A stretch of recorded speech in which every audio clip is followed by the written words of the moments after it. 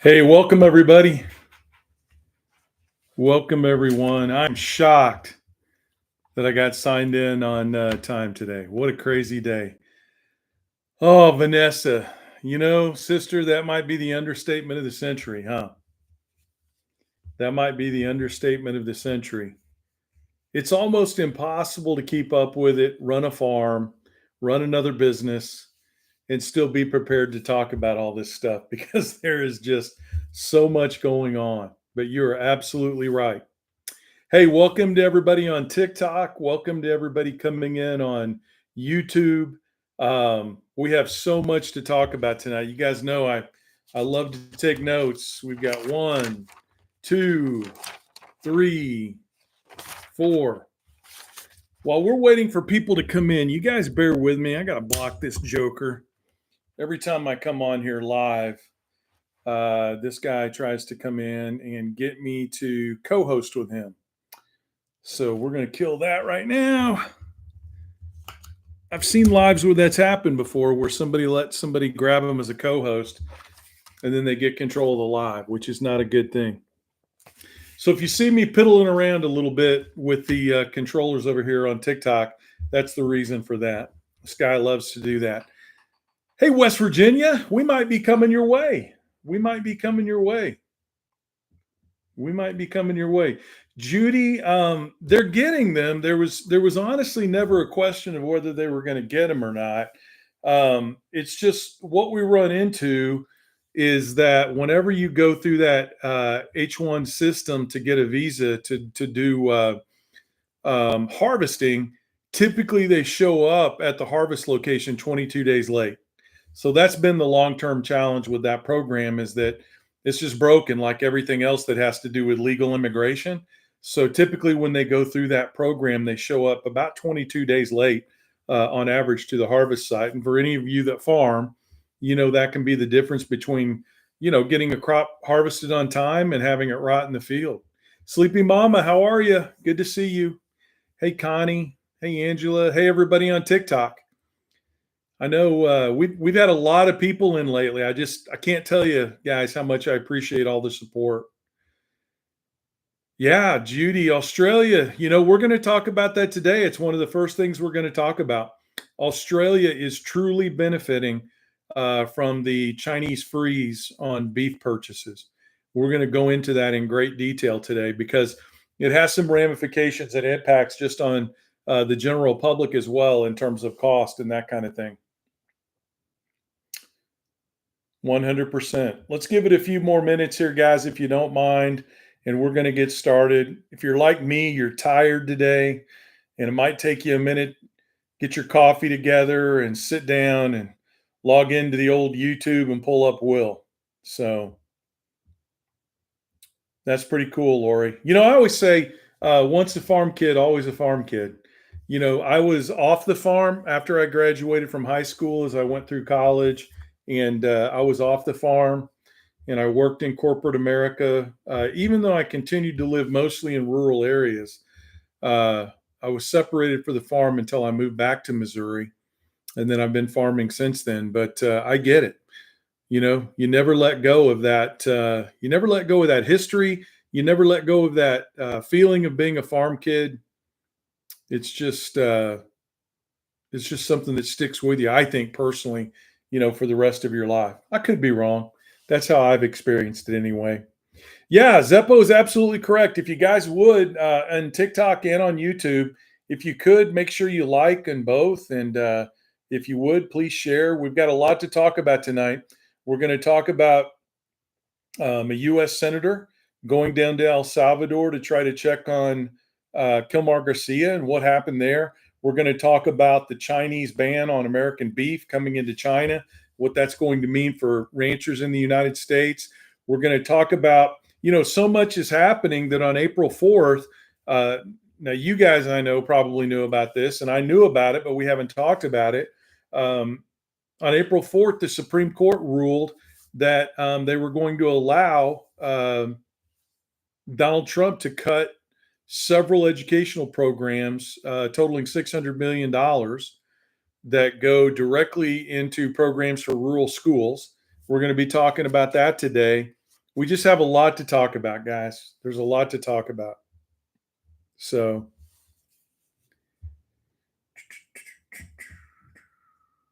Voices Without Walls. All right. All right. Good to see you guys. I'm going out this weekend, guys. I'm going to be up in Jefferson City, Missouri. We're going to do a live from there. We're going to film the entire thing, but I'm going up there for a protest at the state capitol, and I'm going to be speaking to a group of however many protesters show up. Going to try to fire them up. It's going to be a little bit different than what we normally do. That's going to be a red meat, fire up the troops speech up there, and I'm looking forward to it. I'm looking forward to going up there and getting involved in it. So I'll be out there this weekend. I got you, Marty. I figured that was you, man, or somebody pretending to be you. So I'm glad it's you. Dixon, Illinois. I know where that is. Hey, that's pretty cool, Sleepy Mama. That's really cool that they're having one there. That's a small rural town. I love it. I love it. We're going to jump into it in just a minute here, guys. It's good to see everybody. I really appreciate you coming in tonight. Just a lot to talk about. Every single day, something new happens. Yeah, Norma, we're going to talk about that too. When we talk about the fact that they didn't let Senator Van Hollen in, we're going to talk about the folks that visited a week or so ago who were let in. Because I think that's an excellent point, Norma. I think that's an excellent point. And that's why we're going to talk about it. So good to see everybody. Thanks for coming in on TikTok and on YouTube. And we're going to jump into it here in just a minute. Are you guys like me? I mean, I'm still motivated to fight back. I'm never going to stop, but it can really get exhausting. You know, it can really get exhausting. I got to tell you, like even when I go out on the farm and I'm on the tractor or I'm doing things up there, my phone never stops ringing, and that's not a bad thing because typically it's friends of mine calling to calling to say, did you hear the latest thing?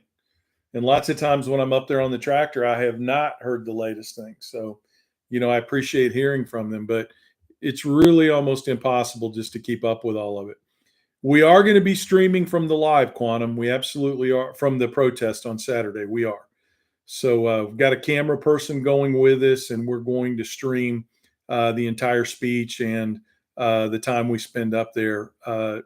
We're going to broadcast it live. For those of you that haven't heard, a lot of you know that I was going to have my hip replaced on April 1st. And unfortunately, due to the incredible American healthcare system, that's been delayed now until August. And so I don't know how much of the walking around downtown Jefferson City I'm going to be able to do because of that. But I'm definitely going to be there at the event, and I'm definitely going to be speaking. So I'm looking forward to that. I'm looking forward to that. Bob, I hope he is too. I hope he is too. I really do. I worry about that. I really worry about that. So, okay, guys, hey, we're at about 10 after 6. Let's jump into it. I want to remind everybody right when we get started today, what really helps get the lives on TikTok and on YouTube out there in front of everybody is for you to like it and share it. And to the extent that you can, drop some little inexpensive gifts in there just to show that you're engaged and that type of thing. And that gets more people into the live across the board. But I want to start out by talking. This wasn't going to be my opening story tonight, but it is going to be now because I got an opportunity to really dig into this trip that Maryland Senator Chris Van Hollen made down to El Salvador. Now, for those of you that haven't heard of this, Maryland Senator Chris Van Hollen is the senator for Kilmar Garcia, who is from Maryland. And he got on a plane today, went down to El Salvador, and was on his way to the camp where they're keeping Garcia to do a wellness check on him. Now, right now, that was the singular purpose of his trip down there. He was going to go to the camp so that he could, just do a wellness check and make sure everything was okay, that he was in good health, and really do what a lot of us, hang on one second here, guys, do what a lot of us wanted to do, which is make sure that he's okay. Because I know on these lives, we've been talking about this quite a bit. We're really concerned about, whether or not he's been unalive, that type of thing. And when Van Hollen got there, the motorcade was on the way to the airport to the prison. and it was stopped by the military in El Salvador. And the military, the soldiers that stopped him, told him point blank, "We were told by the government not to allow you to come through. We were told by the government not to allow you to come through." So there's no question here. We can't chalk this up to overzealous military. We can't chalk this up to rogue soldiers. They were told by the government of El Salvador that they were to stop a sitting United States senator who was coming to El Salvador specifically to visit this prison so that he could check on whether or not Garcia was in good health. And they stopped him.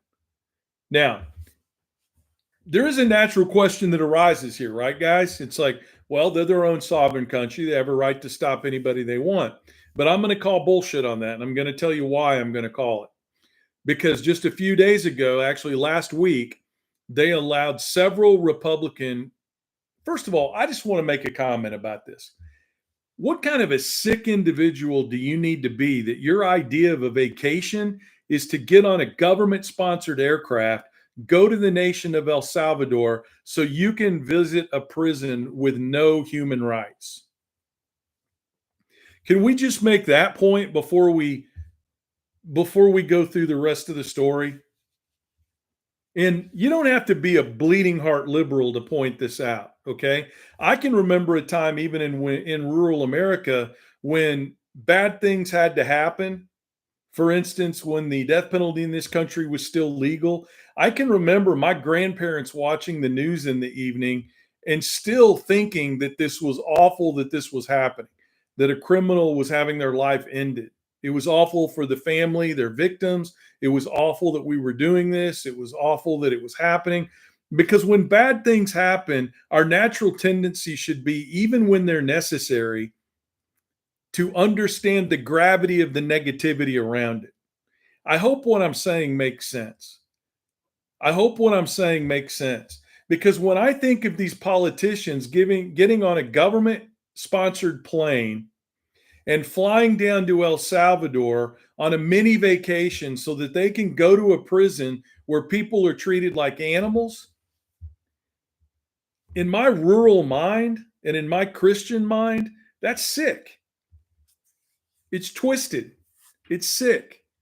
There's something wrong there. And they're doing it in the same way that a politician would get on a plane to fly out west to visit Yosemite or Yellowstone or some national park that we wanted to pay homage to encourage other people to go. That I understand. What I don't understand is taking a mini vacation to fly to another part of the world where there are no human rights, so that you can visit a prison that almost every civilized nation in the world is called out for violating the civil rights of the individuals that are in prison there, for putting them there without due process, etc. I just wanted to call that out before I get to the other part of this. What does that say about your personal character? What does it say about going down with a group of people, having drinks, all shucks in it, laughing, telling jokes? You can almost picture this event coming together. Oh, hell yeah, man. I'd love to get on a plane and go visit this prison. Let's go down there and check out what they're doing to these brown people down there. That would be awesome. I mean, my God, folks, this is what we've become. This is what we've become. And the comparison I would make right now, if I wasn't afraid of getting our lives shut down, you know the comparison that I would make right now. Imagine if in the 1940s American politicians had climbed on planes to go visit another part of the world to see cruel punishment in effect. Imagine if politicians would have climbed on a plane in the 1950s and late 1940s to go to the Soviet Union so that they could visit the camps in Siberia where Stalin unalived all of his political enemies. This is 2025, and we have American politicians getting on a plane to take a mini vacation to go to El Salvador so that they can tour a prison where human rights violations are commonplace. And I'll tell you something else I'm going to call bullshit on, because by God, I'm an American. If you're going to try to come at me and make the argument that, well, some of the people in this prison are bad, therefore the ends justify the means, bullshit. And shame on you. Shame on you. We don't believe that here. At least we're not supposed to. At least our idealistic goal of what it means to be American is the Jeffersonian goal of it's better that 100 innocent men go free than one guilty man be imprisoned wrongfully. So don't come at me like these people do on social media, trying to make the argument, well, some of the people that are there are guilty. Some of them have violated the law. A lot of them have violated the law. So the ends justifies the means. Whatever they do to all of them in order to punish the few, that makes it okay. No, it doesn't. It makes it okay to you because it's not your son, your daughter, your wife, your husband, your brother, your sister, your father-in-law, your sister-in-law, your mother-in-law that's in that prison being treated that way. That's what makes it okay to you.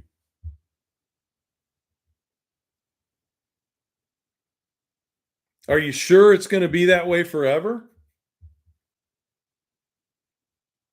Build more prisons because we're going after the homegrowns next.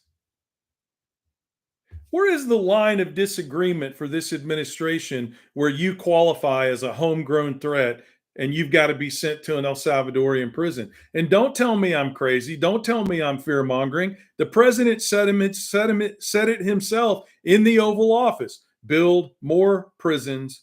We're sending the homegrowns next. Where is that line? Where is that line where you offend this administration to the point where you could be the next one on the plane?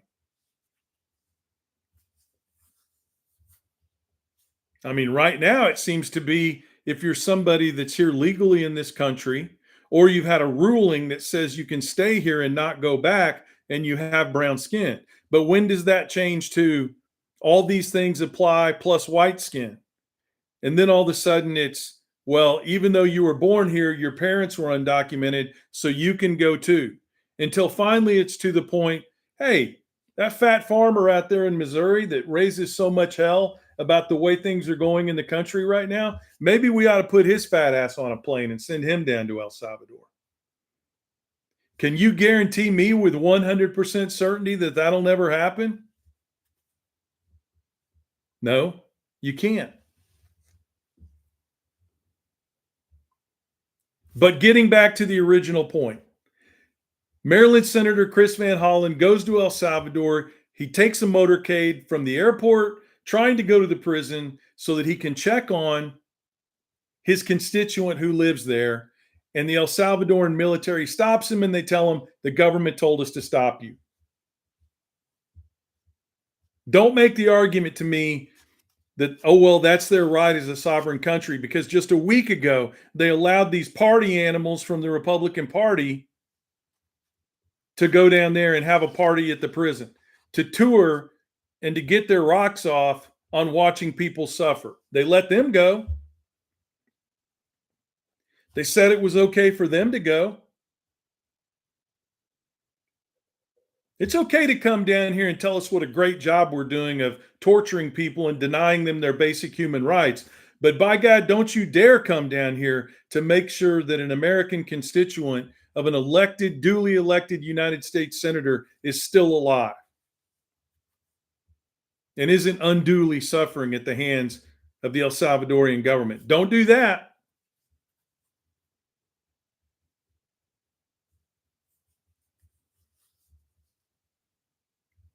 I don't care how much they lie, guys. I don't care how much they lie.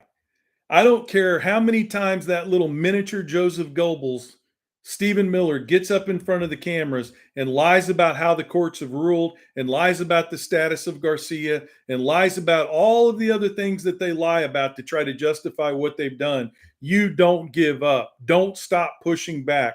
Don't stop calling. Don't stop fighting for these voiceless people who are suffering right now, because this administration doesn't give a damn about anything but the grift, about lining their pockets, about kicking brown people out of this country, about lying about every single aspect of what they're doing inside this government. Don't quit. Don't stop. Before this live is over, I'm going to show you how it's working.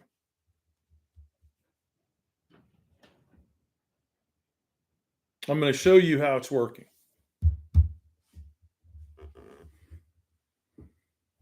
I called Senator Chris Van Hollen's office today. I left him a message. I said, thank you. I'm the first to raise my hand and bitch whenever the Democratic Party doesn't stand up and fight. So today I made sure I was one of the first people to call. It takes courage to do what he's doing. He's in a hotel in El Salvador right now, spending the night because he's going to try to go back again tomorrow. It takes courage to do what he's doing. I called his office today and said thank you. I'm going to call tomorrow and talk to somebody in person and do the same thing, and I hope you do too. I hope you do too. I want them to hear it. I want them to hear it. I want them to hear how much we appreciate what he's doing. Please make that call. Please make that call.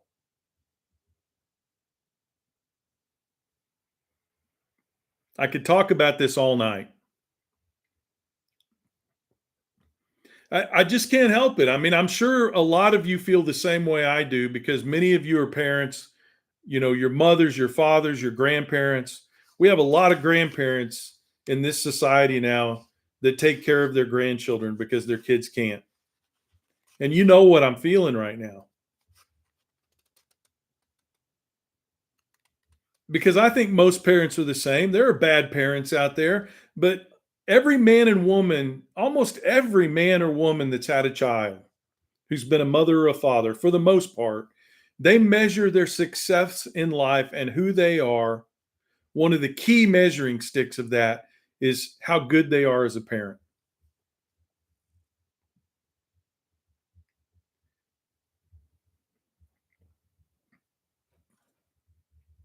And I just can't imagine. I mean, at no point in my life have my children, thank God, ever been taken away from me. Have I ever been separated from them? They're all grown now, and I have grandchildren. And thankfully, my grandchildren all live around me. And I just can't get it out of my head as a father and as a grandfather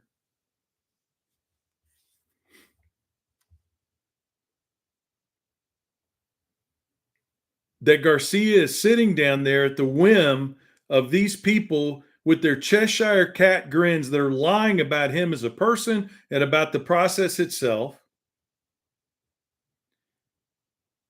And his kids don't know where he is. Special needs kids.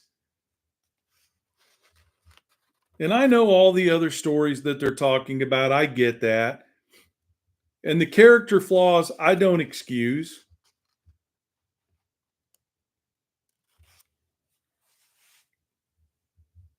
But I can't get it out of my head as a father and grandfather what they've done to him. I hope you can't either. Do me a favor. Call Chris Van Hollen's office tomorrow and tell him thank you for what he's doing. And we'll keep tracking it here. I want to switch gears a little bit now. I want to move into some topics that are important to rural America. These topics are going to apply to every part of America, but I want to talk about them because they're specifically harmful to rural America. And this is the point where we tell rural America We're not asking you to admit you're wrong. We're asking you to admit you were lied to. You need to look down the road and see what's coming. Look down the road and see what's coming, just like you do in every other aspect of your life, and plan for it and do the right thing. I want to clarify just a little bit because I'm seeing a lot of misinformation out there about the ban on American beef by China. The one thing Trump doesn't understand is that the Chinese are very, very smart. The Chinese are very, very smart. What's actually happened, and here's where I'm going to tell you guys to get out your back 40 notebooks. Get out your back 40 notebooks. And I want you to take some notes, okay? So what's actually happened is China hasn't placed a ban on American beef. Um, what they've done is there are 300 different abattoirs in this country. Now, let me explain that to you guys, okay? Because of the way attitudes have changed over the years, we have a fancy word for slaughterhouses in this country now because TikTok doesn't like the word and neither do other social media outlets. So we use the word abattoirs, okay? But these are basically slaughter companies that process beef, all right? What China has done, what China has done is they have made a decision that on March 16th, when they approved the licensing agreements for the pork industry and these poultry companies to export pork and poultry to China, the Chinese told 300 different abattoirs that do beef in the United States, we're not renewing your licenses. We're not renewing your licenses. So effectively, it's resulted in a ban because if their licenses are not renewed, they can't sell beef to China. And for those of you, and I'm not trying to be funny here, I want to clarify it for you. We're not putting live cattle on ships and sending them to Japan and to China, et cetera. For the most part, it's boxed beef. Okay. They're processed here in the United States, they're frozen, and they're sent overseas to our customers there. So just to give you an example of how big this market is, in 2024, the United States exported $1.6 billion worth of American beef to China. $1.6 billion. Now, the reason I want you to know how much it is because when you take it in the full context of us banning $1 billion worth of US aid in the form of agricultural products around the country, and all the other things we've done to harm American agriculture and rural America, this is just another part of that. This is a lot of money. This is a lot of money, 1.6 billion in beef. Like I said just a minute ago, on March 16th, they approved the sales licenses and export licenses of the pork and poultry industry, but they froze these beef licenses. Now, what's happened? For those of you that have followed me for a while, and even if you've only been following me for a couple of weeks, you remember that we talked about before the last election how when these tariffs were put in place in the last Trump administration, it resulted in a huge loss of sales of American row crops. And who stepped in? This is a horrible analogy. I apologize right up front. But the truth of the matter is, and I'm going to chalk this one up to my grandpa, anytime you break up with a pretty girl, there's somebody there that's willing to step up and take your place. Agriculture is no different. Agriculture is no different. When we put these tariffs in place the last time, before the tariffs were imposed, Brazil sold 13% of China's row crops to them. After the tariffs were put in place, we came out of the last Trump administration with Brazil selling 43% of the row crops that China needed to China. The same thing is happening here, more so with Australia. Australia and Brazil are stepping in already to fill that gap. Now, how do I know that? Vexing, it's not a new word, but it's a new word that we use instead of slaughterhouse. That was my point, if I didn't say that well enough. Nowhere in America growing up in the last 50 years did anybody say arbitrage in reference to a slaughterhouse. But we do that now because it's a friendlier word. Between last year and this year, Australian beef sales to China have increased by 40%. 40%. Do you remember that correlation? You remember that correlation with the row crops? I told you a little while ago, basically, that Brazil stepped in and increased their exports to China by 30% the last time these tariffs took place. Same thing's happening in beef. We've lost about 43% of our beef exports, and as of this week, it's over 90. We're almost down to zero. And Australia and Brazil are stepping in to fill the gap.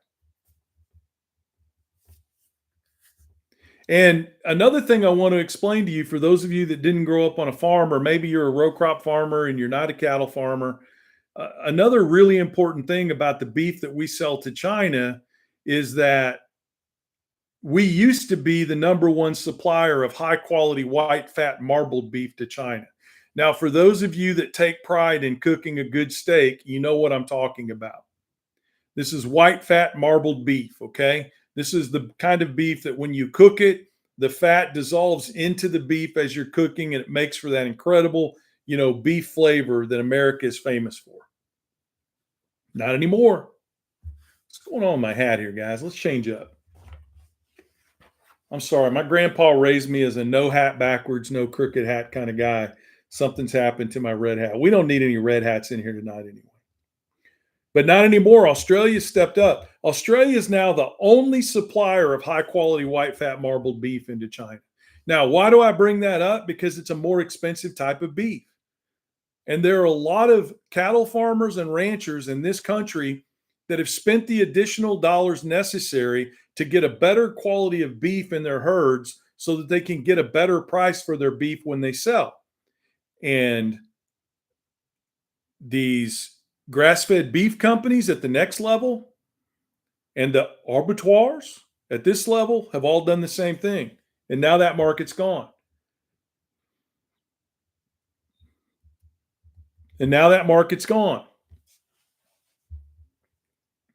The other thing is that I want you to understand, it's not just that these markets are going away, and it's not just that other countries are stepping up. I know, Catherine, it's making me hungry too, Jaffs. It's not that these other countries are just stepping up. You've got to understand that the purchasing of American. Well, let me ask you guys this. Let's do our first little quiz of the night. I'll try to take a peek over at TikTok too while we're doing this. What do you think the most successful marketing campaign to sell American beef overseas has been since the beginning? I don't care how you word it. You don't have to get it 100% correct. But what do you think the most successful marketing campaign has been to sell American beef overseas? Not here, fish. Think about overseas.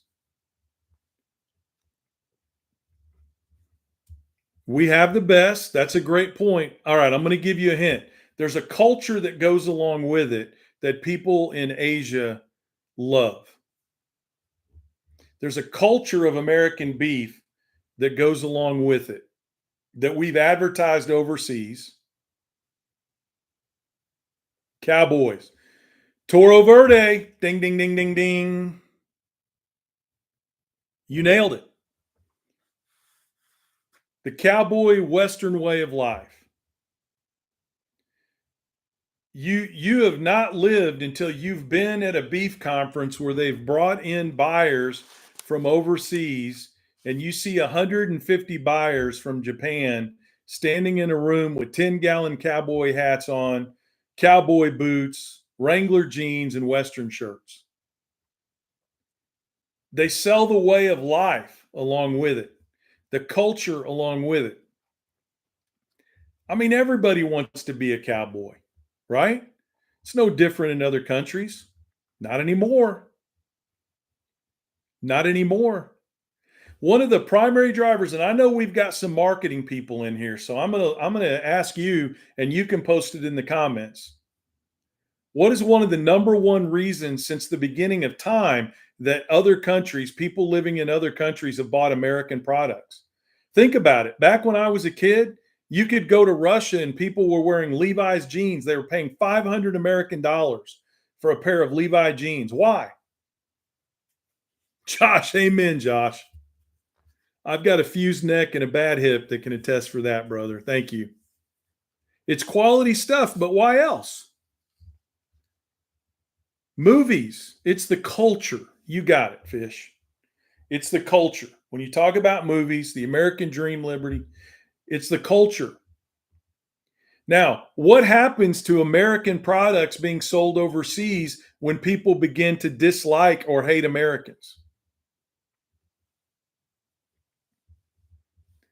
When America goes from being the greatest democracy in the world, the greatest constitutional republic in the world, where you go to start a small business, where you go to live free, where you go to worship the way you want to worship, what happens when the world no longer views America as that place? What happens? No more sales, Gladys. You nailed it. No more sales. People stop buying our products. Perfect, Z. Exactly, Geo. Our image is shot, and good luck selling anything. You got it. We lose influence. The main reason people buy our products is not because of cost, because American products typically cost more money overseas. It's because of the quality and the culture that goes with it. And the side effect of people no longer placing America on that pedestal, of no longer believing or viewing America is the land of the free, they stop buying those products. This damage is going to be long lasting. It is going to take us a long time to make up for the economic harm that's been done because of the harm that's been done to our image. Because we're no longer being viewed in that light. We're no longer being viewed in that light.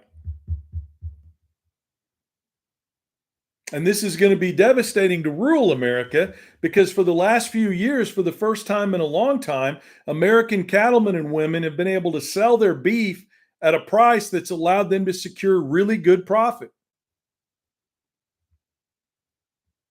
And I'm going to tell you the same thing I told you before with row crops. You cannot replace 1.4 billion Chinese bellies with 320 million American bellies. I could eat a steak every night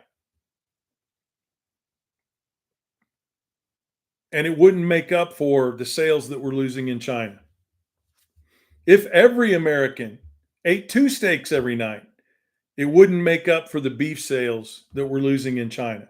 And this is going to be devastating to the beef market because anytime you pull out $1.6 billion in demand, the prices are going to drop, even if herd sizes are down.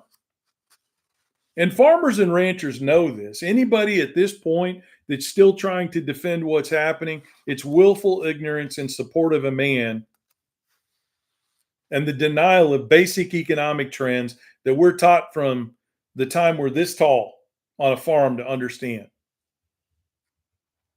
That's right, Bobby. The math doesn't lie.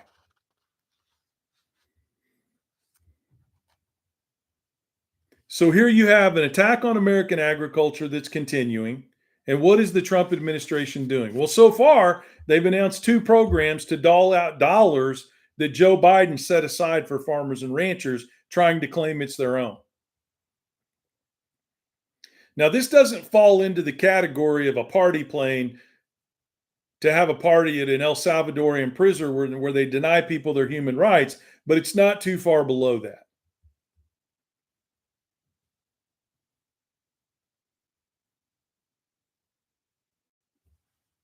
Imagine it's Christmas time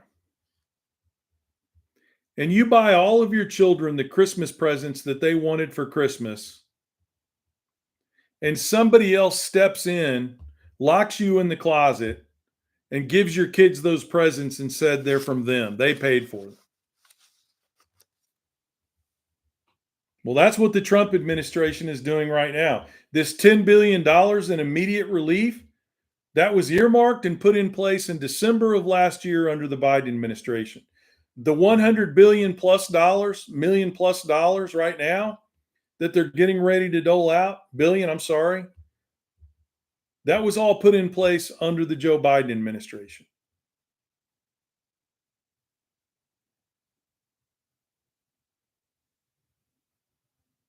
You just can't make this stuff up. But never fear, because attacks on rural agriculture are not enough. We're going to attack the schools as well. We're going to attack the schools as well. There's so much going on, guys, that I missed this on April 4th, and I apologize. I try to catch these things, but we've talked so many times about this is like drinking out of a fire hose. And I missed this, and I apologize for that. But we're going to come back to it today. And I'm sure a lot of you did hear about this and did talk about it, but I missed it. And when I saw it today, I was like, ugh, I want to go back and talk about it in the live. On April 4th, the Supreme Court allowed teacher training cuts equaling $600 million to be put in place by the Trump administration while they're waiting for it to go through the court system. This was a 5-4 decision. And to his credit, Justice John Roberts joined with the liberal justices to say that this was wrong, but unfortunately, all the rest of the conservative justices voted for it. And the Supreme Court allowed the Trump administration on April 4th to move ahead with cuts to these programs. 100 different programs were cut. The two big ones that were cut, and you teachers that are out there in the back 40, you've heard about these, the Teacher Quality Partnership and the Supporting Effective Educator Development. They provide $600 million in grants for teacher preparation, for grants to teachers that improve testing in their classrooms. And then they do backup training and backup education for teachers in math, science, and special education. And I know we have a lot of people in the back 40 that have kids and grandkids that are on IEPs.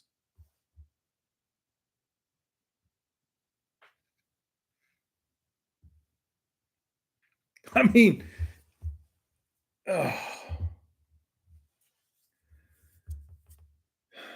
it's like they start with the kids. Somebody said earlier, the cruelty is the point, and amen. They always go after the most marginalized people first. The people that your fathers and your mothers and your grandfathers and your grandmothers raised you to believe that you should protect at all costs. Stand up for the underdog. Stand up for the weak. Stand up for the marginalized. And every damn time they go after them first. Kids. I know, Sue, it just makes me want to scream. I don't know. I never lose my emotions, but this stuff takes me right to the edge. It honestly does. It takes me right to the edge because they always go after the people who can't defend themselves every damn time.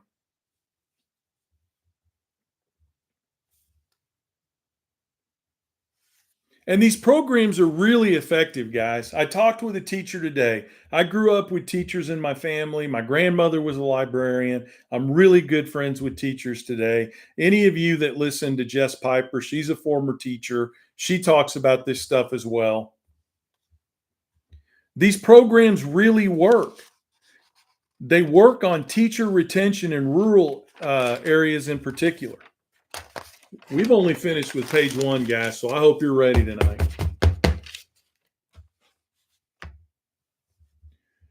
They help with teacher retention because it's tough to be a rural school teacher. You don't get the resources you need. You're dealing with a lot of kids that come from poverty and they don't have the resources at home.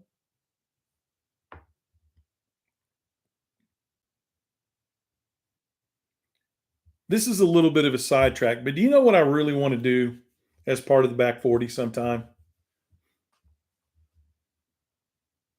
I want to walk in with a debit card sometime to a Walmart, and I want to stand there with a t-shirt on from the back 40 that I bought off the website.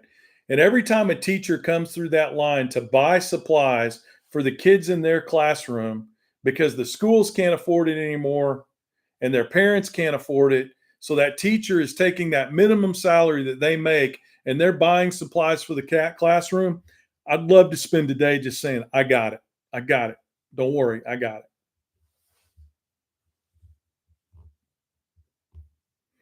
These funds are critically important to attracting teachers to rural America. They're critically important to keeping teachers in rural America. And these direct payments to student teachers, they help them gain experience in the classroom so that the first time they get this experience, it's not when they're walking into that rural classroom for the first time.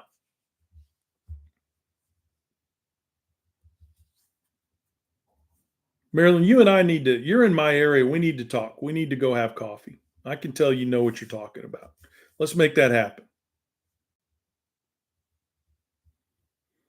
In rural South Carolina, and let me give you an example of one of these programs, okay? Let me give you some examples of one of these programs. In rural South Carolina, these programs provided $13.5 million over 3 years. I don't know if we've got anybody from South Carolina in here, but if we do, throw a heart in the comments. In Lawrence, South Carolina, this program provided $13.5 million, and they took that money and they hired 18 master teachers. These are experienced teachers that could help train other teachers. Okay. They added bonus pay tied directly to student test improvement. And the thing is, they cut these dollars, and when they went in to look at the program, there were absolutely zero DEI components to these programs. So even the justification that they were using to cut these dollars from the program was a lie. It was a lie. There were no DEI components to these programs, but they still cut them because, guys, it's not about DEI. It's about gutting the American education system and replacing it with private schools where they can teach religious indoctrination and pull funds out of rural areas so that they can subjugate people.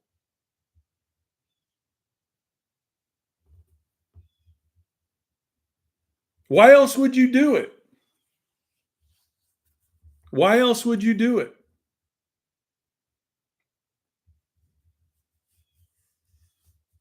And Toro, the problem with vouchers, et cetera, is that some people out here where I live in rural America, you've got to drive 75 miles to the closest private school. They're not going to build a private school in Halfway, Missouri, or Fairplay, Missouri, or, you know, Wablo, Missouri, or El Dorado Springs, Missouri. But they're sure as hell going to take their money to fund vouchers in St. Louis and Kansas City and Springfield and Columbia and Joplin.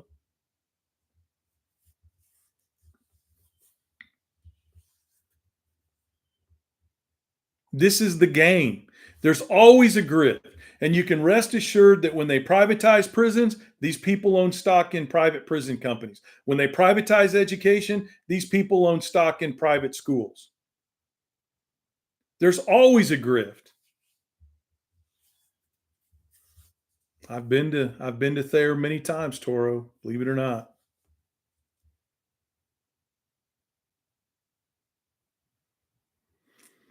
So they're attacking agriculture. They're now moving into the livestock industry to attack it.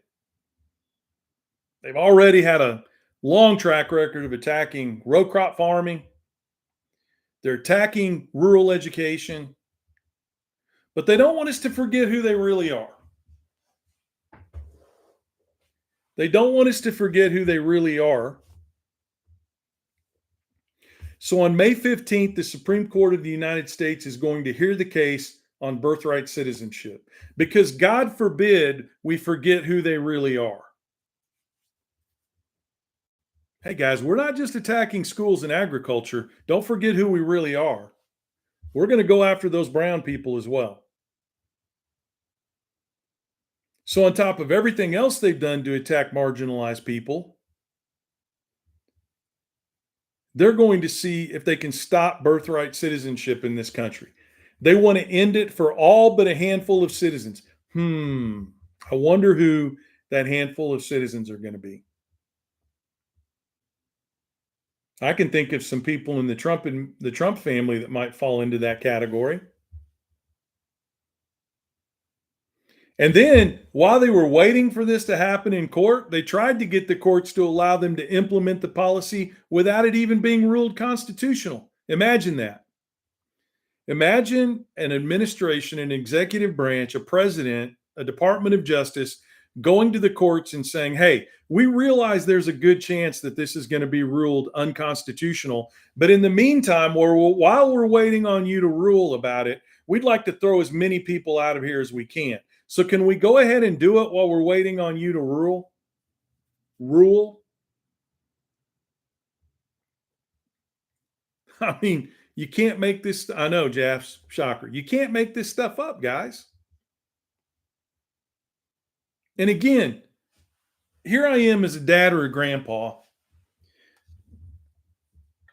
I want you just for a second. I want you to go somewhere with me. I want you to go to a frame of mind. I want you to imagine this.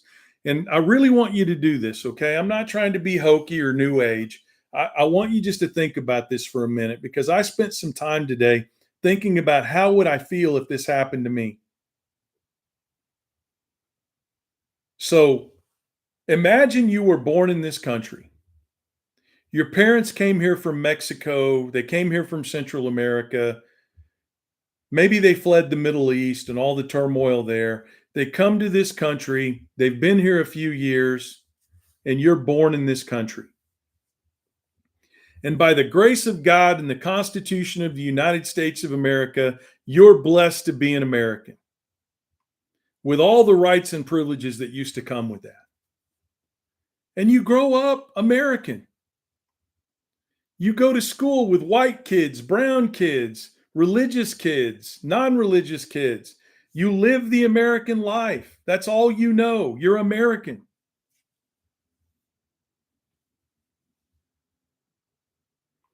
And then imagine at the age of 12 or the age of 20 or the age of 30 or the age of 40, the guys in black jackets with yellow letters on the back show up at your home and they tell you you're not an American citizen anymore. We're going to take you and we're going to send you back to the country of origin that your parents came from.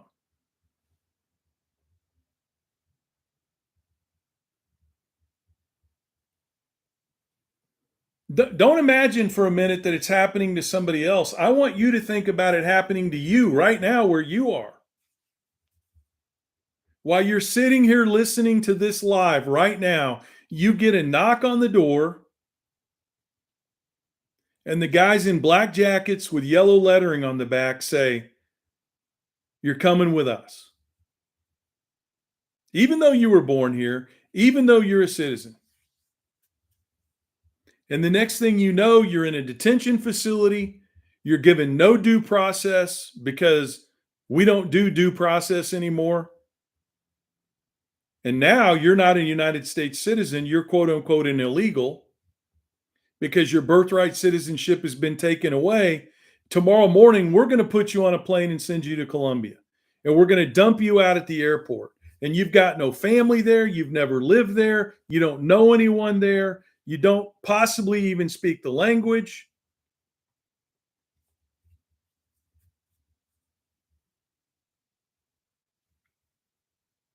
These are things that just a few years ago I never thought I would talk about. I would have called them conspiracy theories. I would have said it's fear mongering. I would have laughed at somebody that said these things out loud to me. And it's happening now, or they're trying to make it happen now.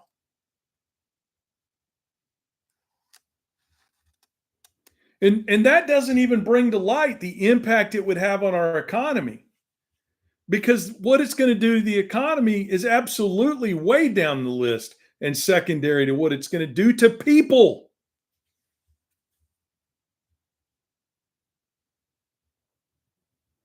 I don't care what your religious beliefs are. I don't care what your political ideology is. If you are a decent human being, you have to believe that this is wrong.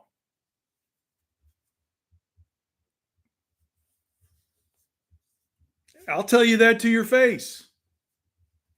If you think that yanking these kids out of America and sending them to the birthplace country of their parents because you don't want birthright citizenship anymore is the right thing to do, you are not a good person.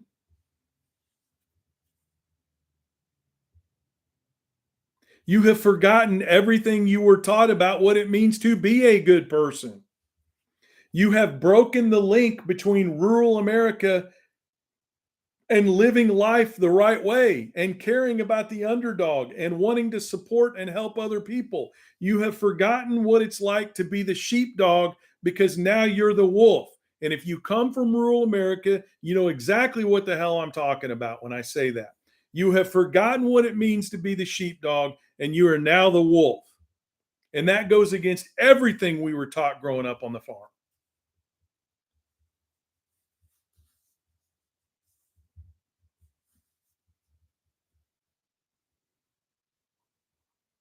But there's good news. I believe people can change. I believe people can come back to the roots that made them who they once were. I believe people that believe a certain way now can remember what it was like to believe the right things, what it was like to defend the helpless, what it was like to defend the marginalized. You can remember that. You can find that inside yourself again. And when you do, you can join us and join with us to do the right thing, to fight for the right issues, to help the greatest number of people we can help.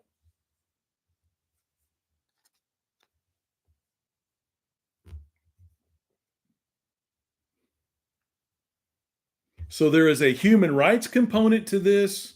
And then don't forget what it's going to do to the economy. 70% of the agricultural workers in this country right now are immigrants.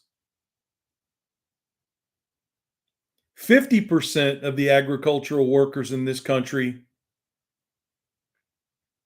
are undocumented immigrants.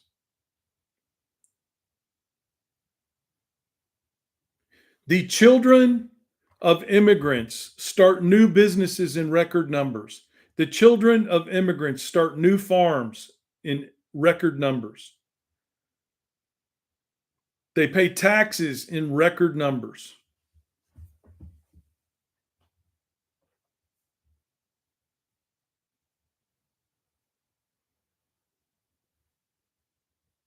Sorry, guys, bear with me.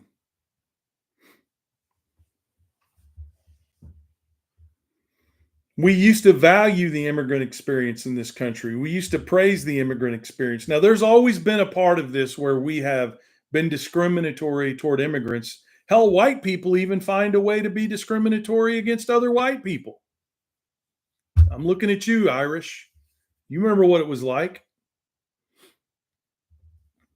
or at least you've heard stories. But it would be devastating to agriculture and to construction and to small business development in this country.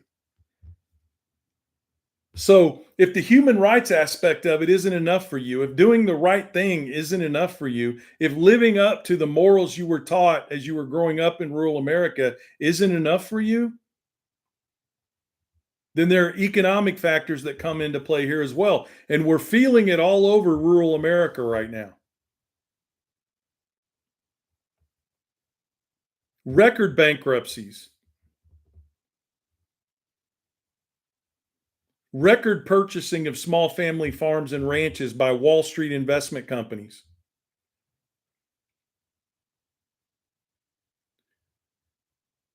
Agricultural workers, 75% of them not showing up for work because they're scared of the guys in black jackets with gold letters on the back showing up to take them into custody because they had the audacity to pick the food that we eat.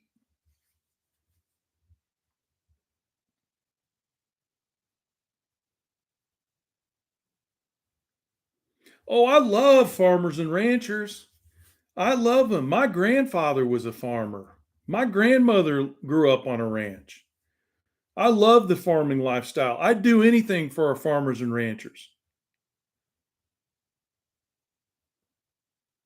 But you support yanking these people up off the streets and sending them to other countries because they had the audacity to pick the food that we eat?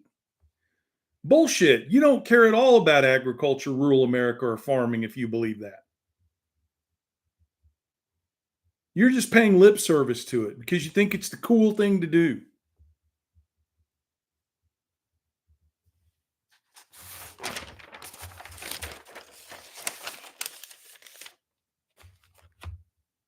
I want to talk a minute about how you can become part of the Back 40 because all of these things that we're talking about, we're already fighting to stop and we've got to continue to fight.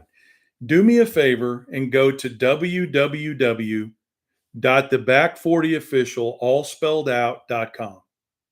Theback40official, all spelled out.com. And you're going to see our incredible website. The people that built it for us have done an amazing job. And there are a lot of different ways you can get involved. And yes, some of them are financial, but I don't want you to be scared away by that because not everybody can afford to donate financially. And I get that, and it's fine. Nobody is going to be exempt from being part of the Back 40 because of that. But if you sign up to get our updates, there's no cost, and we'll keep you up to date on everything that's going on. We'll let you know where I'm going to be speaking and the different events that we're going to be hosting and where we're going to be so that you can join us. You can get into our Discord by requesting there, and we put all kinds of important issues in the Discord. We've stopped white Christian nationalists from being elected to school boards. We've stopped groups who oppose women's reproductive rights from being elected to city councils or from passing laws in cities that would be detrimental to women. We're not just talk, we're action. We're action. Next year in 26, we're going to focus on 6 congressional races that were decided by less than 1%. And through our PAC, we're going to be focusing on getting politicians elected that support basic human rights and support rural America.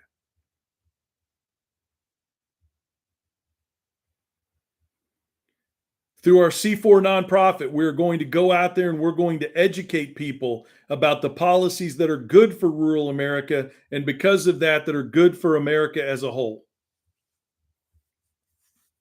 And we want you to be a part of that. We want you to be a part of that. And the way you do that is by going to theback40official.com and just signing up. And while you're there are a lot of different ways you can support us. There are several boxes in there that we ask you to check off if you've got talents in different areas: social media, writing skills, organization, organizing events, etc. Just click those boxes. If I can do it, anybody can do it. Just click those boxes and let us know where your talents lie.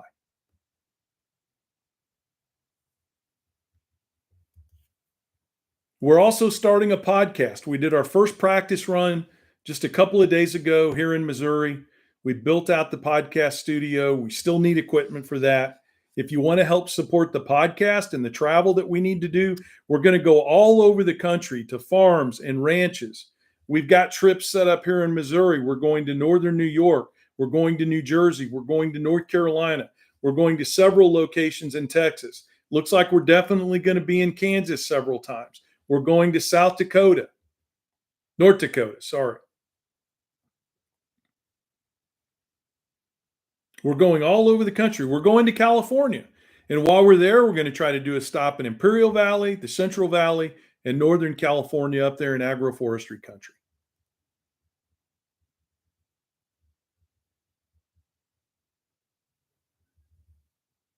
We need help. Right now, I'll be honest with you guys, I'm paying for all this out of my own pocket. I'm a lucky guy that I can do that. But we want to make this bigger, we want to make it broader, and we want you to be a part of it. So if you can help out financially while you're there, that would be great too. But don't let that keep you from getting involved. We want you involved either way. We've got people who are part of the back 40, and I hope Susie and Sleepy Mama don't mind me calling them out every time. But we've got people who are part of the back 40 that are doing their own social media creativity right now because their stories are just as important as mine, even more important. People that have been impacted because programs for children with autism have been cut. People that have been impacted because of the changes to reproductive rights in this country. They make videos. We go out there, we share them, we promote them. You be safe, Catherine. You're welcome, Missy. We promote them, we get their voices out there. That's what we're striving to do. That's what the back 40 is all about. So go to the website, sign up.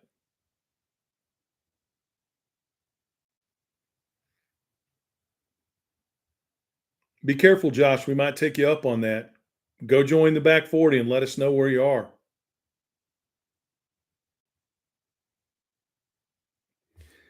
So we've got this assault on rural America. We've got this assault on our schools. And oh, yeah, by the way, just so that you don't forget, we don't like brown people. We've got this assault going on in the continuation or the ending of birthright citizenship in this country. But it doesn't end there. It doesn't end there because you know what? We've got all kinds of students that come to this country to go to college. Of course, Bobby, we want everybody to be a part of this, not just rural people. We want everyone to be a part of it. Sign up. You bet. You bet. The cool thing is, once you join the back 40, you're not a city girl anymore. You're a farmhand. You're going to have the coffee cup to show it. All you got to do is order it. Geo, there's a spot on our website where you can sign up to have us come speak. Be careful though, because what we do is we recruit you to help put it together. But we'd love to come out there to Spokane. I love that. I love places where you can see your dog run away for 3 days. I would love to come out there. I used to drive through that country all the time on my way to Seattle. I might be one of the few people in the world that loves to go to places where you can see your dog run away for 3 days. Don't get me wrong. I love my trees here in the Ozark Mountains, but I love those wide open spaces. But we've got these students coming here from other countries. Now, I talked to somebody about 2 weeks ago that's been intricately involved in these exchange programs and in these international student programs. And I want to tell you what they told me because I thought it was really interesting. And I've been repeating it a lot without giving them credit, and I need to change that. Obviously, nobody wants me using their name on social media, but this was somebody that I'm really close to who was a very high ranking official in a college.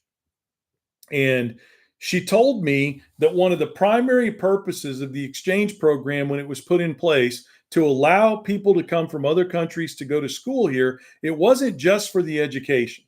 Okay.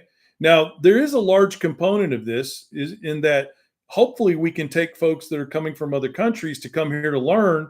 And if they're leaders in their field, we can convince them to become Americans so that we can use those talents here in our own country. But there's another critical part of this that we quite often forget about.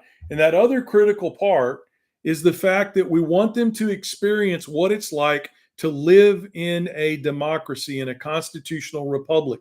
And for decades, I want you to listen closely to what I'm telling you here, okay?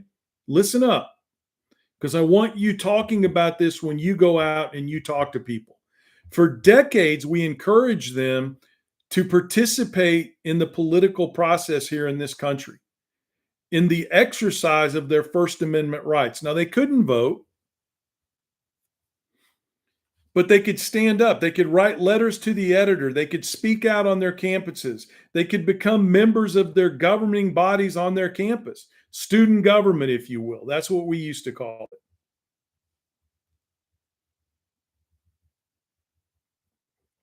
We encourage this because it wasn't just about coming here and being part of the American education system. It was about experiencing to the extent that you could what it meant to be an American. Now, who can tell me in the comments why we wanted to do that? What did we want them to take back to them when they went back to Iran or Afghanistan or Russia or Southeast Asia? What did we want them to take back with them when they left here to go home after they graduated? Not just a degree in biochemistry. What else did we want them to take back with them? You got it. Promote democracy. We wanted them to go back to their countries and talk about what a great country America is, not only because it's the melting pot of the world, but because there is an American dream where everyone, regardless of their political ideology, their religious affiliation, whether they're rich or poor, they can participate. And listen, I'm not a Pollyanna. I know that that's never been a perfect system. We've striven over the years. A lot of us have strived over the years, me for over 30 years, to make it a better system. And many of you had too. But the idea was they take that idealism back to their country and they spread the word of how great it is and what it means as an individual from a human rights perspective to live in a constitutional republic where you have freedom of speech, freedom to worship, where you can assemble peacefully, where the press is free.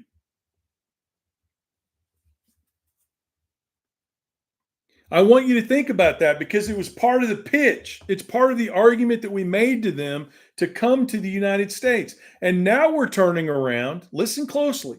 We're turning around and we're telling them, we use that as a selling point to get you here. Now, if you do it, we're going to send you back. If you dare exercise a First Amendment right, if you dare assemble peacefully, if you dare write a letter to the editor to your school paper, we are going to send you back. And I love this transition, and you can count on the fact that I mean this facetiously. I love this transition that's occurred over the last 2 weeks when all the people that support Donald Trump said, well, we've got to send them back because they broke the law. And then, just like they did with the stolen election claims, the Trump administration admits when they're pressed in court, we lied about that. Do you remember that? Do you remember when they claimed the election was stolen, but then when they cornered all these people, these sycophants in court, and said, lay out for us right now one proven piece of evidence that shows the election was stolen? Well, we can't do that. We don't have any. Even Rudy Giuliani himself admitted they didn't have it. Well, they did the same thing with this. The student from overseas that went to Columbia, when they yanked her up off the street,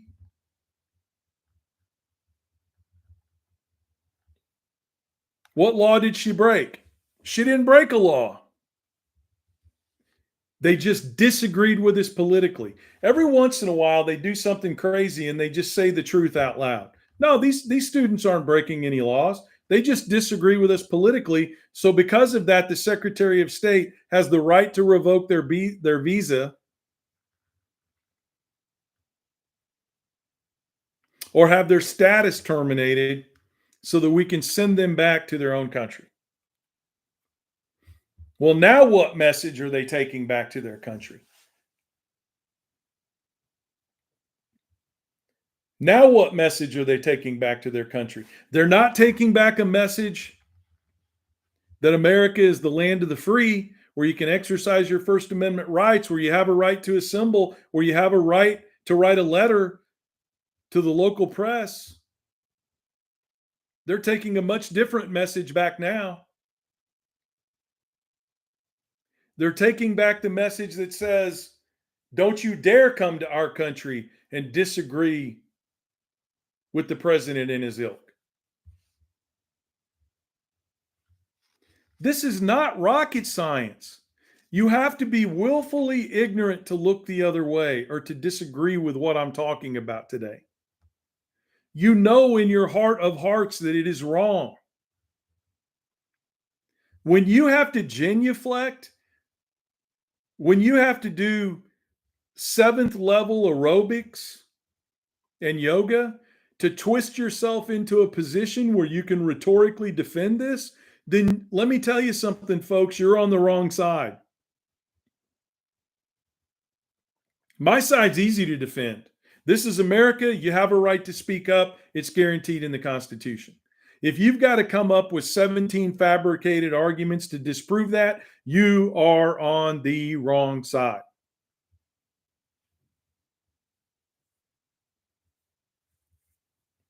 You're on the wrong side. And my God, have they been twisting themselves into pretzels to try to justify what they're doing to Garcia. I've heard 147 different versions out of this White House as to what he did wrong to justify what he did. All of them categorically worse and shittier than the ones I heard before.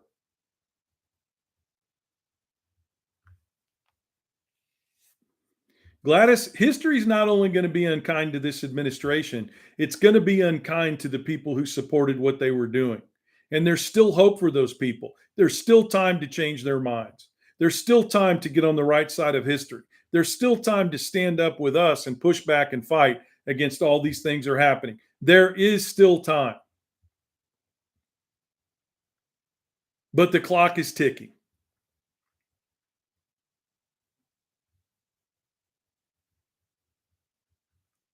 I am too, Gladys. I am too. There is a theme here, guys.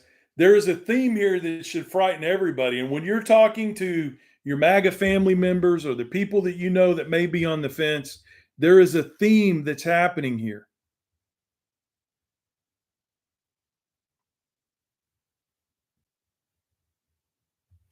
Here's what I've been doing. When somebody, I told you guys this the other day, when somebody walks up to me and says, from a Christian perspective, this is wrong, I go to my Bible app on my phone and I hand him my phone and I say, show me where Jesus said that. Take your time. I got nowhere to go. I've got nowhere to be. Just show me where Jesus said that. Well, for the first time at breakfast yesterday,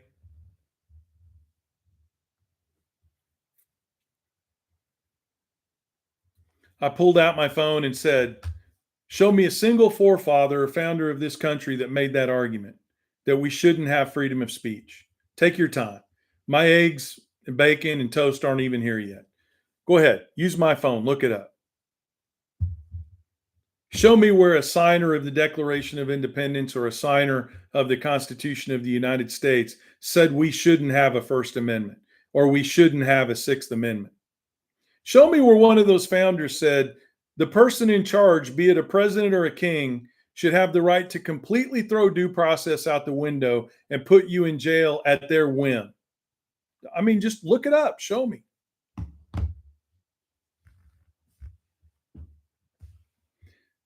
And yes, I know that those rights didn't apply across the board, but they set a framework that allowed us to expand those rights as we grew as a nation. It wasn't fast enough. It never should have happened that way.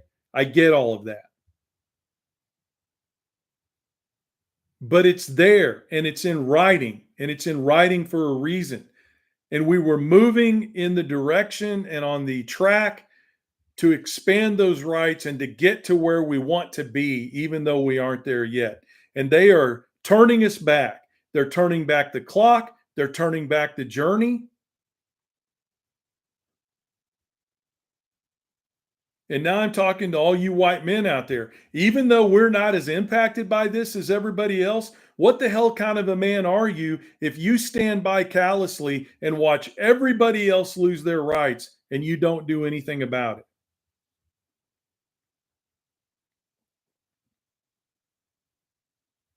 What the hell kind of a man are you?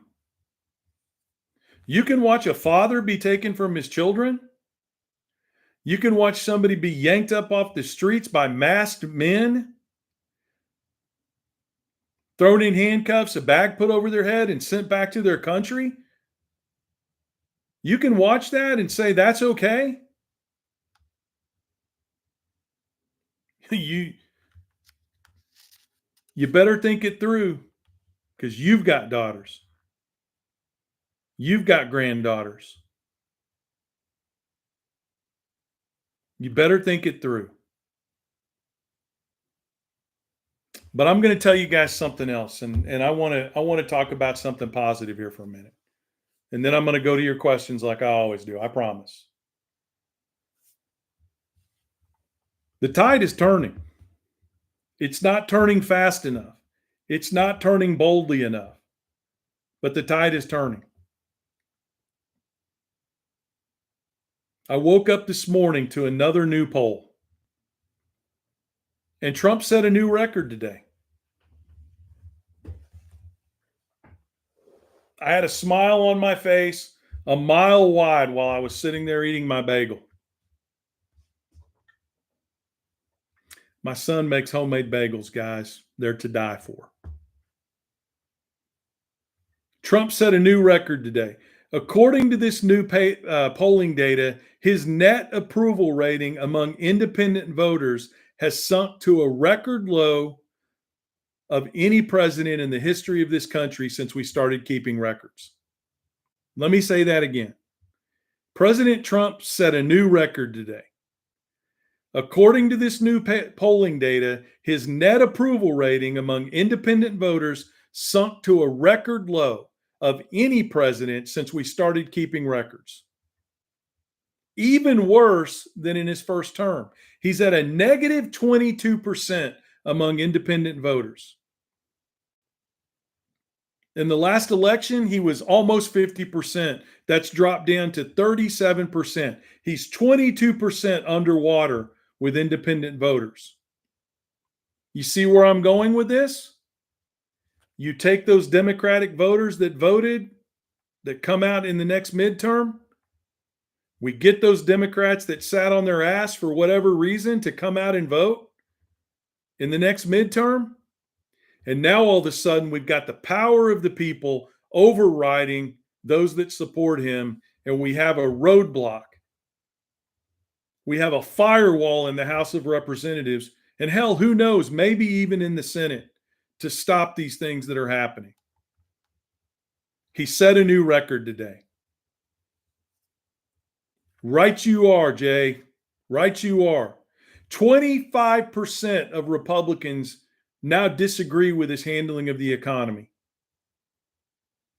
1 out of 4. Did you ever think that day would come? 1 out of 4 Republicans disagree with his handling of the economy. And amen, Carla. You just wait and see what happens with Republicans. It's one thing to say you agree with the president's policies on tariffs when it hasn't cost you anything out of your pocket yet, but it's going to cost, and they are going to feel it. And you just wait and see what happens then. You wait and see what happens when those farmers and their wives are standing on those other farmers' properties while that auction's taking place, and these Wall Street bastards funded by J.D. Vance and Acre Trader are buying their small farms and ranches in rural America. You wait to see how they feel then.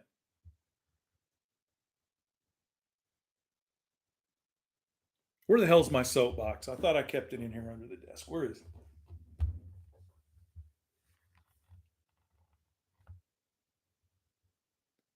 There is a new wind blowing. And I'm not asking you to be patient. I'm asking you to get out there and be a part of it. Take a lasso and rope it. Grab a hold and hold on tight and go along with it.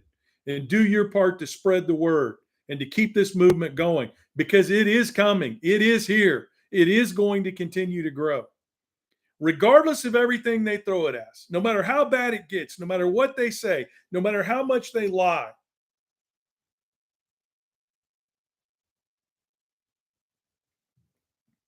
no matter how much dictator Barbie gets up in front of that podium every day and grins through her teeth,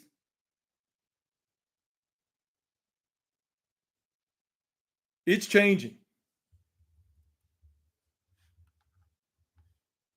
It's changing. And don't let anybody tell you otherwise.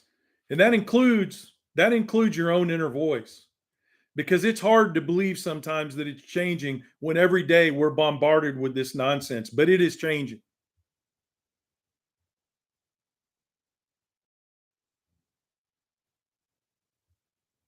Grab a hold of that, cling to it, lasso it, be a part of it. Do what you can do. Sign up to send those text messages for those advocacy organizations that are out there if you can't get out of the house. As we build out the Back 40 website, we'll show you how to do that. Get out there and march. Get on the streets. I got a bad hip too, but I'm going to be there Saturday. We'll lean on each other. You can borrow my walking stick and I'll borrow yours. It's changing. And it's changing because of you. We do, Carla. It's got to happen hard and fast. And it is. As a matter of fact, I'd make the argument that we, the people, led the charge here, and our politicians are just now catching up. We're the ones that got out there to fight and make a difference.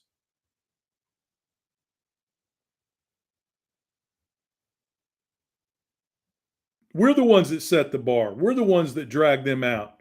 Hell, we went from the Democratic Party playing mushmouth and mealy mouth to we've got a Maryland senator getting on an airplane and going to El Salvador and facing off with the El Salvador military to get to this prison to check on his constituent. That's a hell of a long journey from where they were to where they are now. And if you're just joining, don't forget to call Chris Van Hollen's office tomorrow and tell him thank you for taking a stand.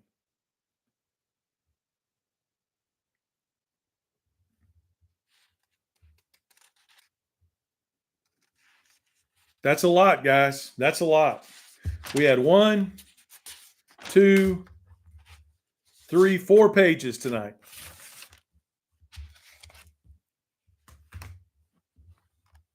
One more time, I want to say 2 things, and then I'm going to get to your questions. First of all, if you want to join us at the Back 40, go to www.theback40official.com, all spelled out. Sign up to join. While you're there, if you can, buy a mug.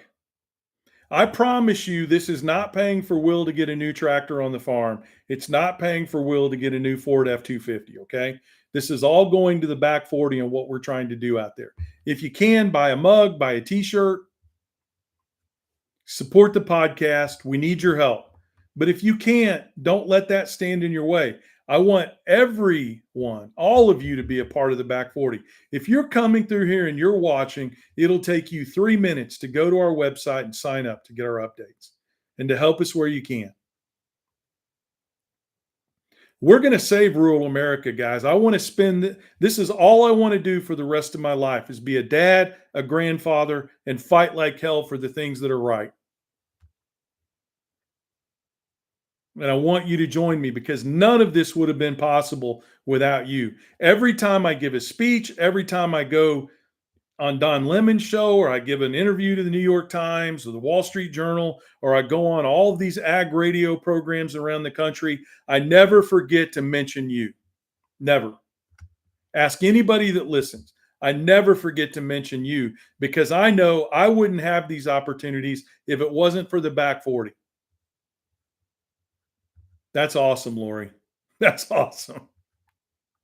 I'll have mine on.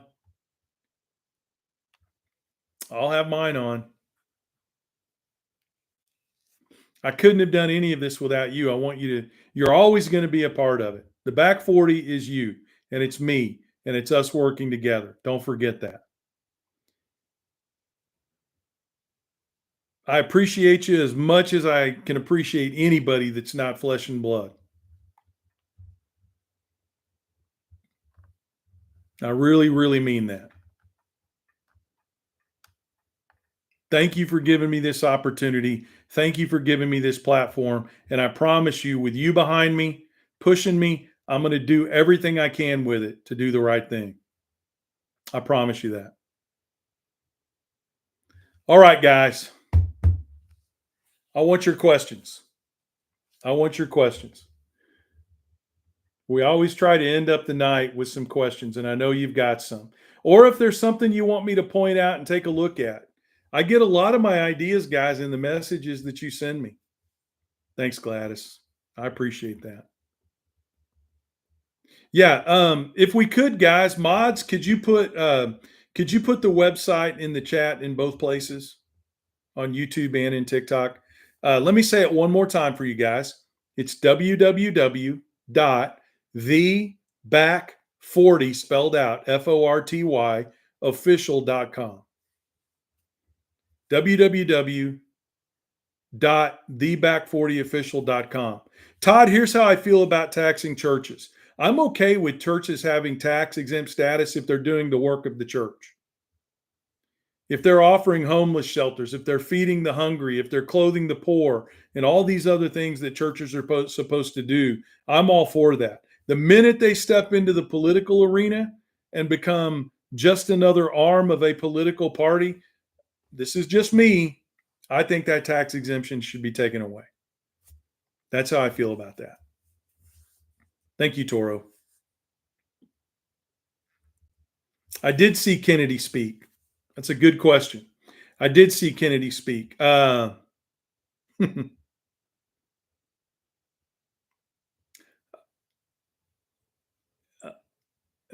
it's hard for the redneck not to come out. Okay.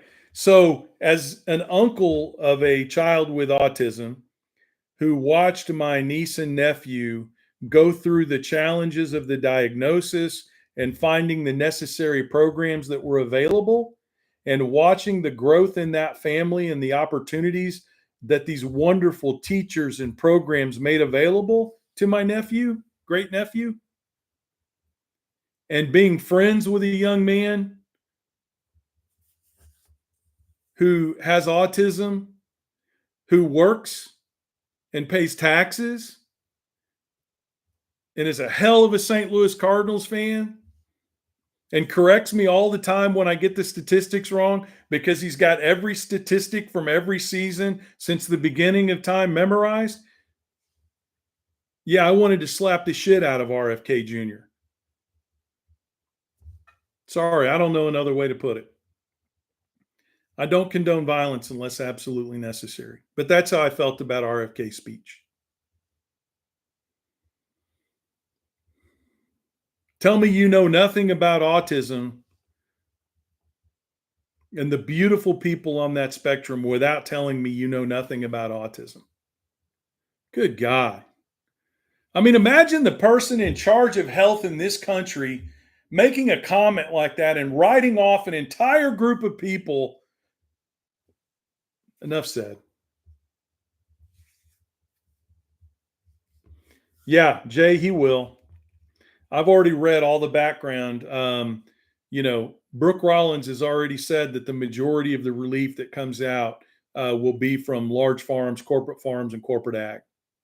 But I guess, I'm going to do a really long video on YouTube about this because I've got to do a better job of explaining what the ramifications are for our country as a whole, for kids, for poor people, for the elderly, if our farms and ranches go out of business. This is the one thing I'm not doing a great job at, and I apologize to all of you, and I've got to do a better job, is I'm not doing a good enough job of explaining why it's not about the farmers and ranchers voting for Donald Trump. That's not the reason we need to save farms and ranches. It's the people who are going to suffer if we don't save them. And guys, and I apologize, I just have not done an effective job of communicating this. So I'm going to spend some time over the weekend putting together a longer video about my points on this. Because I grew up a poor kid. For those of you that don't know my story, my dad died right after I turned 5 years old. We didn't have a pot to piss in. He had no life insurance. We lived in government housing. We were on food stamps. Every program you could take advantage of, we had to take advantage of. And it's those kids like me, like I was back in the day, that are going to suffer if the food production system in this country falls apart. I want us to save rural America, not only for the way of life, but because of the ramifications of what's going to happen if we don't. And I haven't done a great job of explaining that. And I apologize to you guys and I'll try to do a better job. Yeah, Wayne, I do have a grandson that has had to take advantage of IEPs, but I do have a great nephew who has autism, and I was dumbstruck by RFK Jr.'s comments. I was just dumbstruck by it. What other questions do you guys have? Yeah, Seeker. I don't know that it went overseas. I think it actually is riding in the port here, along with a lot of other food items that were set aside for USAD. They were already purchased by the federal government. They were put on ships to go overseas. And last I heard, a lot of these were just sitting there, rotting.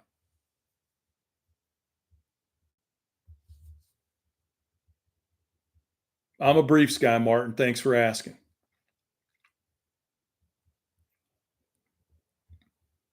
I'm not ready to give up that card yet, man, but thank you. I love our national parks. I love our state parks. I'm dumbfounded that if you call yourself a Republican, you don't have the Teddy Roosevelt approach to saving those parks and our protected lands. Just another way that the Republican Party has given up on their heritage, right?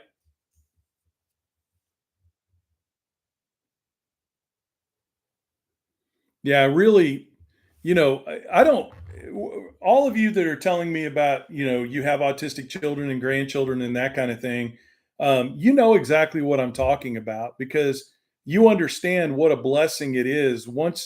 I just watched what happened with my niece and nephew. And yes, there are challenges and there was fear in the beginning when the diagnosis was made and that kind of thing. But I got to tell you, if you've given up on the good things in life, go to a school that has individual education plans for kids with autism and look at the incredibly wonderful people there that are teaching them the skills that they need to live a valuable life and tell me that you're still giving up on humankind because they're amazing people. And to me, what RFK Jr. said today was just a broad stroke against all of those people, everybody involved in the system. Not only the kids themselves, but when you talk about them as if they are a tree stump or a paperweight, you're also writing off all of the parents and grandparents and family members and teachers, et cetera, that have dedicated their lives to helping people with autism live productive lives. You're writing them all off. It wasn't just a slap in the face to those kids, it was a slap in the face to their parents and their family and their teachers and everybody working with them. I mean, that's my personal opinion. He didn't say that out loud, but I mean, don't you agree? That's the ramifications of what he said. Amen, Gladys. The national strike, I'm not against it. I'm not opposed to it. I just know that, in the past when we've had national strikes, there have been a lot of ramifications. And typically it's the poor who are hurt the most, and people that live in right to work states. If you participate in that, you can be fired and they don't even have to tell you why. So I just think we need to take that into effect. And if we have a national strike, we need to make sure that we understand that some people are going to be able to participate and others are not. And we can't judge the people who don't. Local farmers markets, 100%, Jay. Farm to table, co ops, whatever it takes. And we're going to be heavily involved in that. Hey, Ryan, howdy. I lived down in Fort Worth for 8 years, my friend.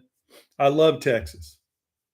I probably I became a single dad while I lived in Texas, and unfortunately, fate caused me to need to move away. But I'd probably still live there if it wasn't for that. I loved the state of Texas.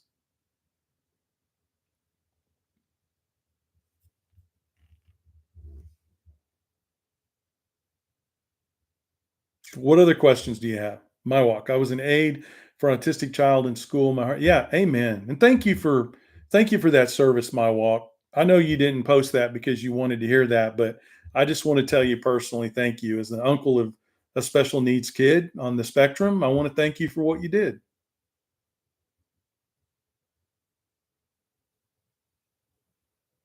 Yeah, Lori, I can't even believe we're having these conversations now, right? That's why we've got to fight. That's why we've got to fight.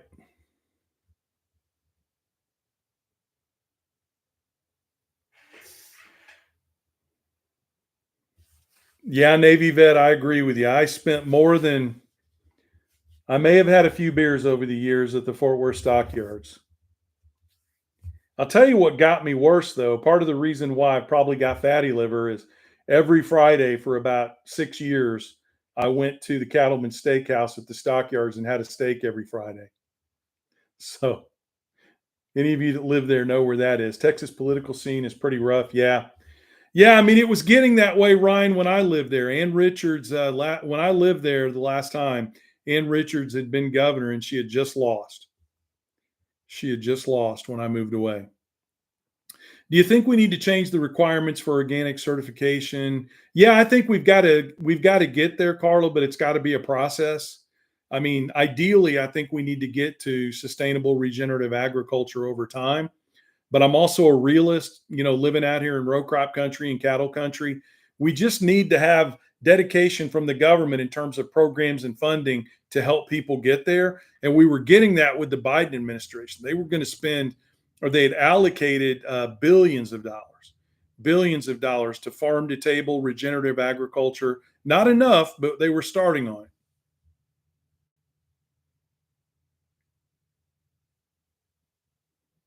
Marilyn, if you get a chance, put that in the Discord so I can go check them out.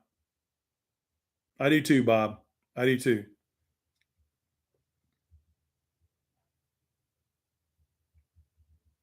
All right, guys. What other questions do you have? I don't want to bore you, but I'm more than willing to answer a few questions. Just let me know. Hey, Brian, how you doing?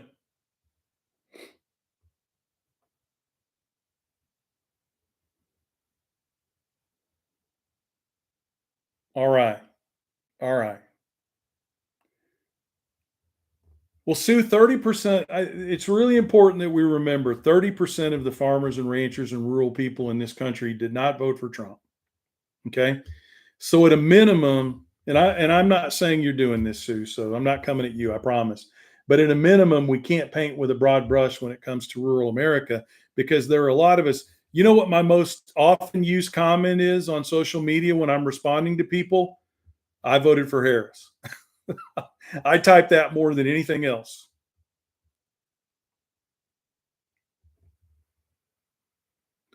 This is going to sound silly, Long Beach, but I think a lot of people that farm will agree with me. I'll tell you what my top two Well, I'll tell you what my top three are.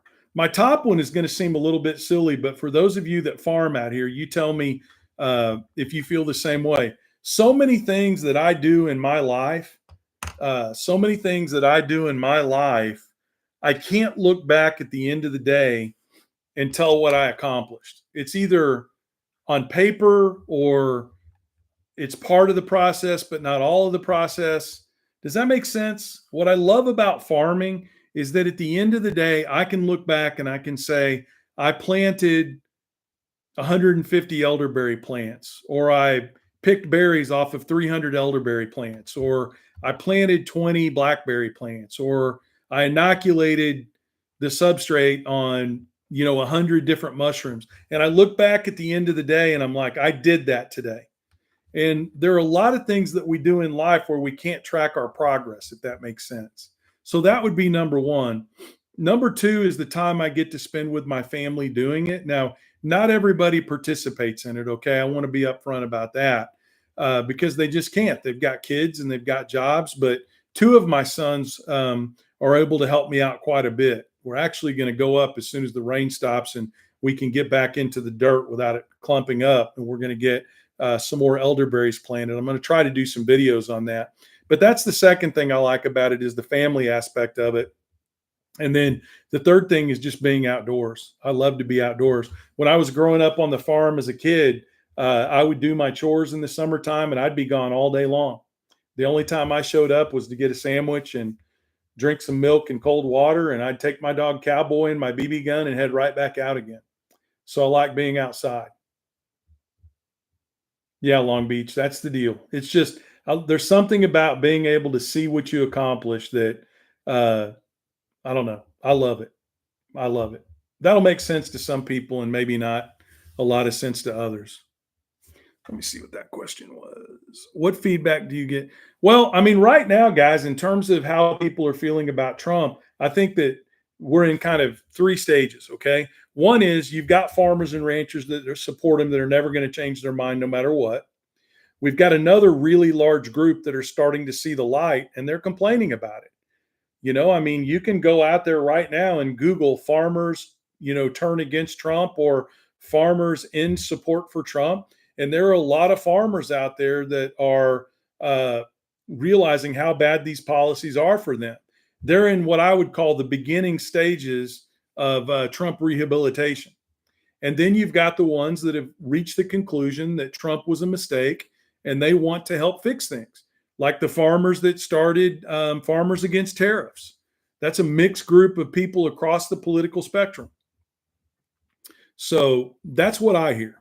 We're never going to change enough of their minds to look back at the end of the day and say that was enough, right? Because we want to change all of their minds. But I will tell you that we are changing a lot of minds. We are. Yeah, Wayne, I think that's a great way to put it. You're planting the seeds of thought and critical thinking. And as a farmer, we love to plant seeds. Yeah, Carla, that's a great way to put it too. Many farmers have to be in the fool me twice stage. You're absolutely right. And we're all going to be disappointed by the number of farmers that continue to support him, uh, even though he's done these things. Doughboy, every day I go out and I look for polls about people that live in rural America and their attitudes toward Trump. Um, we don't have any, but guess what? We're going to do that as part of the nonprofit. We're going to do a significant amount of polling that we can use to help go out and raise money for the nonprofit. And that will definitely be one of the questions that we ask. So hopefully here in just a couple of months, I'll be able to bring you some real-time polling. We need to tackle policy by policy and not party by party to make any progress. Peony, I feel the same way. I mean, everybody's welcome here on the Back 40. We make a point of it. All we ask is that you be committed to supporting policies that are good for rural America and recognizing that we're not getting that out of this administration. Partner is apple farmer in upstate New York, and he definitely did not vote for it. Yeah, absolutely right, GFA. There are a lot of us who didn't. Elderberries are good for you, Bob. Amen. That's why I grow them. Rose, I got to tell you the thing I heard most commonly, okay? He's going to deport the immigrants, but he's only going to deport the criminals. He's going to put tariffs in place, but it's only going to be against the countries that are taking really serious advantage of us. These are the kinds of things I heard. And then, of course, what happened? Well, the minute he was elected, he started deporting farm workers. And he put tariffs in place against everybody that are devastating rural America. Sleepy, I don't make the syrup, but my sister does. She raises elderberries as well, and she makes syrup and all kinds of good stuff. And I just go down there and buy that stuff from her. Well, I tell her I'm going to buy it, and then it's my sister-in-law, and then she gives it to me for free. Because I just have a way about me. What can I say? Any other questions, guys? Yeah, I know, Lori. Shocking. I wish we had more farming in Nevada. Lori, this is about rural America. So it doesn't just have to be about farming. If we can get a group of people that want us to come out and talk about rural policy, schools, healthcare, all those kinds of things, we'll come. That's something I've really been trying to stress lately, folks. This isn't just about farming and ranching in rural America. This is about rural America. This is about keeping our schools healthy and secure and alive. This is about keeping hospitals open. This is about better health. This is about better entrepreneurialism and infrastructure in rural America. So, Lori, if you can find a group of people that'd be willing to help put it together, we'll come. Absolutely. Oh, peony. The lucky thing for row crop farmers is that a lot of them do their own planting. But I tell you, dairy farmers and then produce farmers are really struggling because, year round, we're harvesting something in Florida and South Texas and California. And I mean, some of them are able to find migrant help. They're paying for longer hours and higher pay. But I mean, there's stuff rotting in the field. There's no other way to say it. We lost a lot of a certain type of orange in California when Trump was first elected because there was nobody to pick it. They were rotting in the field. Anybody that tells you otherwise doesn't know anything about agriculture or they're lying to you. Susan, I'm hoping in June. We're still working on putting that together, but if you go to the back40official.com website, we're going to be putting all of our speaking engagements on a calendar out there. That should be done in the next couple of days. Same thing, Ann, for New York. We're trying to put those together at the same time. So in June, we're hoping to go to Northern New York, New Jersey, and then drop down to North Carolina.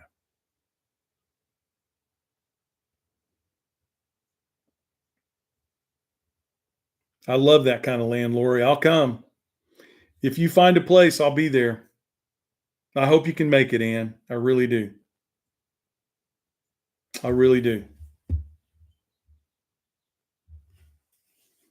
April, I mean, migrant workers are still picking this stuff now. It's just that we're dealing with, I mean, in some places, 75% of the workforce isn't showing up. So farmers and ranchers, farmers are doing what they always do. They're trying to make do in any way they can.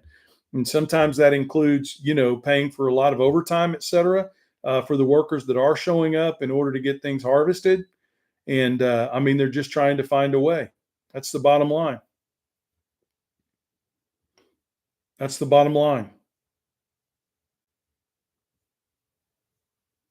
I love to see the protest, Claymore. I think that's great. I'll be at the one in Jefferson City. Hopefully, it's not going to rain, but I'm going to take my big umbrella just in case. Yeah, Toro. That's where I actually first started talking about this. Was the San Joaquin Valley and Central Valley. That's where I first started to see the stories. Thanks, Rose. I appreciate that. I try. I try.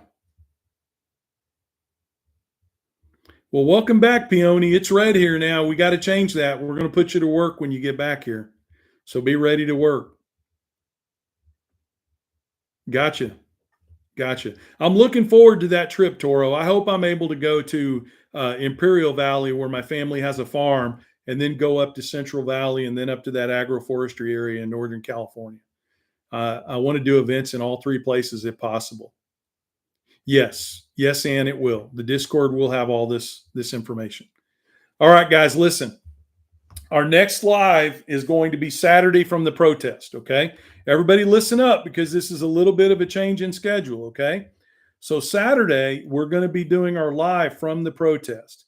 And that live is going to start around 11:30. It just depends on when we're able to start filming and that type of thing. So rather than going from 2 to 4 o'clock on Saturday Central Time, we're going to be doing the live during the protest on Saturday, okay? Be ready for that. Be ready for that change. Be ready around 11:30 Central Standard Time. You'll get the notice. If you follow us and subscribe here on YouTube, if you do the same thing over on TikTok, you'll get that notification, that alarm, whenever we go live to let you know that we're live from the protest. And that one's going to be a little bit fire and brimstone, guys.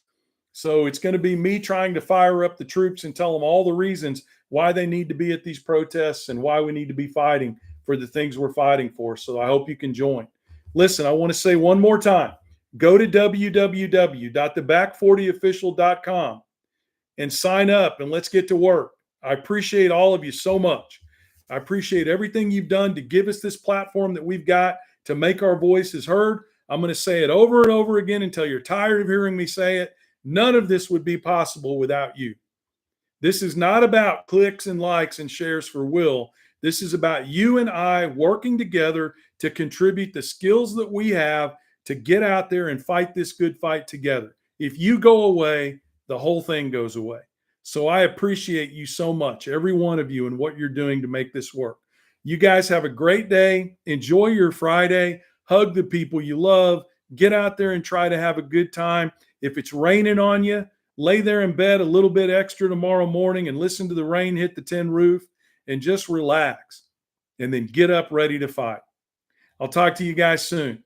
All right? I'll see every one of you Saturday at around 11:30 Central Time for the protest. Have a great day, guys. Good night.